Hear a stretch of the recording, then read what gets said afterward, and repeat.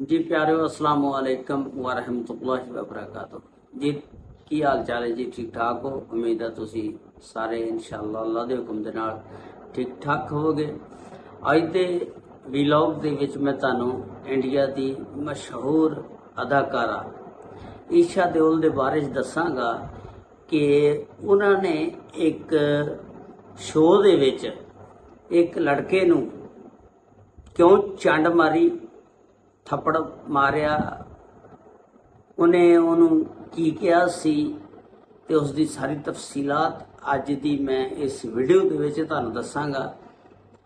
लो जी, जे channel ते नवे हैं ना तो चैनल को सबसक्राइब, लाइक और शेयर जरूर कर देना और नाल नाल घंटी के बटन नू भी जरूर दब देना। तुहाडीआं मुहब्बतां दा बड़ा शुक्रिया। अल्लाह ताला तुहानू खुश रखे। इस स्टोरी इस तरह के एक अदाकारा ईशा देओल एक इंडिया का प्रोग्राम आ उस शो दे विच आंदी आ। उन्हें ये सारी तफसीलात आके उस शो दे विच दसी। पहले मैं तुहानू इन्हां दी थोड़ी जी बायोग्राफी दस दियां कि ईशा देओल जिहड़ी आ ये अदाकार धर्मेंद्र और अदाकारा हेमा मालिनी दी बेटी आ और सनी देओल और बॉबी देओल दी भैन आ। ये सन 1981 दे विच इंडिया च पैदा हुई ते उस तो बाद ये फिर तुहानू पता है तय जिंदगी दे मराहल किन्ने तय करने पैंदे ने, पढ़ना पैंदा, फिर जवान हुंदी है बच्ची।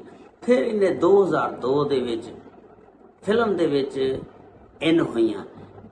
पहली फिल्म सी इन्हां दी जिहड़ी वो सी कोई मेरे दिल से पूछे। इस फिल्म दे विच सब तो पहला इन्होंने एंट्री मारी सी और फिल्मां दे विच इन हुई सी, क्योंकि इनू फिल्मां दे विच इन होने वास्ते कोई मुश्किल नहीं सी, क्योंकि धर्मेंद्र भी बहुत बड़े अदाकार सी, हेमा मालिनी भी बहुत बड़ी अदाकारा सी। तो इस वास्ते इन्हां दे भरा फिर जिहड़े ने सनी देओल, बॉबी देओल, वो सारे फिल्म इंडस्ट्री सी। इन्हां लोगों वास्ते फिल्म इंडस्ट्री दे विच आने कोई मुश्किल नहीं सी हैगा। ते फिर इहदी 2005 दे विच वो दसदियां ने कि एक वाकया पेश आया। फिल्म दास दा प्रीमियर शो सी पुणे शहर दे विच, पुणे दे विच। ते उत्थे मैं वो प्रीमियर शो जिहड़ा सी लगा उत्थे वेखण गई ते उत्थे इन्ना एक रश बन गया कि मेरी सिक्योरिटी गार्ड भी जिहड़े सिक्योरिटी वाले से मेरे नाल सी, लेकिन उत्थे एक ऐसा आदमी आया उन्हें मैनू छेड़छाड़ की ते उन्हें मैनू वो जिवें पंजाबी जी कहते चुंडी चप्पा करने की कोशिश की, लेकिन मैं उहदा हथ फड़ लिया। जिस वेले हथ फड़ लिया फिर मैं उन्होंने सबक सिखाने वास्ते उन्होंने खिंच के उस हजूम दे विचों, रश दे विचों, जिहड़ा आवाम दा रश लगा सी उन्होंने बाहर खिंच लिया। खिंच के लिया के फिर मैं उहदे मूँह दे उत्ते चंगा थप्पड़ रसीद किया जोर नाल ते उन्होंने दस्सिया कि बदतमीज, तैनूं कोई तमीज़ नहीं हैगी। उन्होंने इस तरह मैं थप्पड़ मारिया। मैनू पहली दफ़ा गुस्सा आया, कहती कि मैनू पहली तो गल गुस्सा नहीं आता, जो मैनू गुस्सा आ जाए तो फिर मैनू गुस्से ते कंट्रोल नहीं रहिंदा, क्योंकि उन्हें मेरे जिसम छुया सी, टच किया सी। मैं फिर गुस्से दे विच आ गई और फिर उन्होंने चंगा सबक सिखाया। तो वह दसदियां ने ईशा देओल के औरतां दी भी कोई इज्जत आ, बंदे औरतां नूं बहुत छेड़छाड़ करते हैं। औरतां नूं भी चाहिए कि अगों उस बंदे की चंगी ठुकाई करन और ताकि उन्हें सबक मिल जाए। तो फिर 2012 दे विच फिर इहदी शादी इंडिया का एक बहुत बड़ा बिजनेसमैन है भरत तख्तानी, उहदे नाल शादी हो जाती है। फिर 2017 दे विच फिर अल्लाह ताला ने इन्हूं एक बच्ची दी ते फिर उस तो बाद दूजी बच्ची पैदा हुई ते इहदे कोल 2 बेटियां अल्लाह ने इन्हां नूं दित्तियां ते अल्लाह ताला ने 2 बेटियां तो इन्हां नूं नवाजिया। ते फिर 2024 दे विच ये दोनों एक दूजे कोलों अलहदा हो जाते हैं।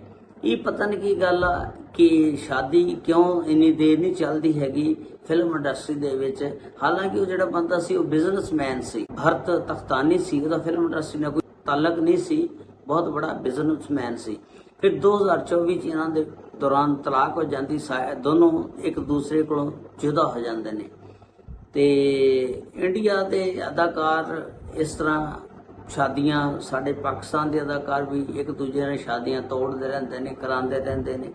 ये सिलसिला चलता। कोशिश ये है ਬੰਦੇ ਨੂੰ ਕਰਨੀ ਚਾਹੀਦੀ ਕਿ ਜਦੋਂ ਇੱਕ ਦਫਾ ਸ਼ਾਦੀ ਹੋਵੇ ਉਹਨੂੰ ਫਿਰ ਨਿਭਾਉਣਾ ਚਾਹੀਦਾ, ਕਿਉਂਕਿ ਆਦਮੀ ਨੂੰ ਔਰਤ ਨਾਲ ਵੀ ਲੱਭ ਜਾਂਦੀ ਔਰ ਔਰਤ ਨੂੰ ਖਾਮਦ ਨਾਲ ਲੱਭ ਜਾਂਦਾ, ਲੇਕਿਨ ਬੱਚਿਆਂ ਨੂੰ ਇੱਕ ਲੱਭਦਾ ਹੈ, ਮਾਂ ਲੱਭੇ ਜਾਂ ਪਿਓ ਲੱਭੇ, ਕਿਉਂਕਿ ਉਹਨੇ ਫਿਰ ਤਲਾਕ ਤੋਂ ਬਾਅਦ ਜਦੋਂ ਅਲੱਗ ਹੋ ਜਾਣਾ ਫਿਰ ਇੱਕ ਦੇ ਕੋਲ ਹੀ ਰਹਿਣਾ ਨਾ, ਜਾਂ ਮਾਂ ਦੇ ਕੋਲ ਰਹਿਣਗੇ ਬੱਚੇ ਜਾਂ ਪਿਓ ਦੇ ਕੋਲ, ਤੇ ਫਿਰ ਇੱਕ ਦਾ ਵਿਛੋੜਾ ਤਾਂ ਬੱਚਿਆਂ ਨੂੰ ਸਹਿਣਾ ਪਏਗਾ ਨਾ।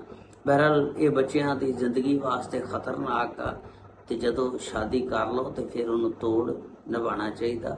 ਅੱਲਾਹ ਤਾਲਾ ਸਭ ਤੇ ਰਹਿਮਤਾਂ ਫਰਮਾਏ, ਅੱਲਾਹ ਤਾਲਾ ਹਰ ਇੱਕ ਦੀ ਬੱਚੀ ਤੇ ਨਸੀਬ ਅੱਛੇ ਕਰੇ। ਇਹ ਦੁਆ ਬਸ ਦੁਆ ਕਰੋ ਕਿ ਅੱਲਾਹ ਤਾਲਾ ਸਭ ਦੀਆਂ ਬੱਚੀਆਂ ਦੇ ਨਸੀਬ ਅੱਛੇ ਕਰੇ। अस्सलामु अलैकुम व रहमतुल्लाहि व बरकातुहू।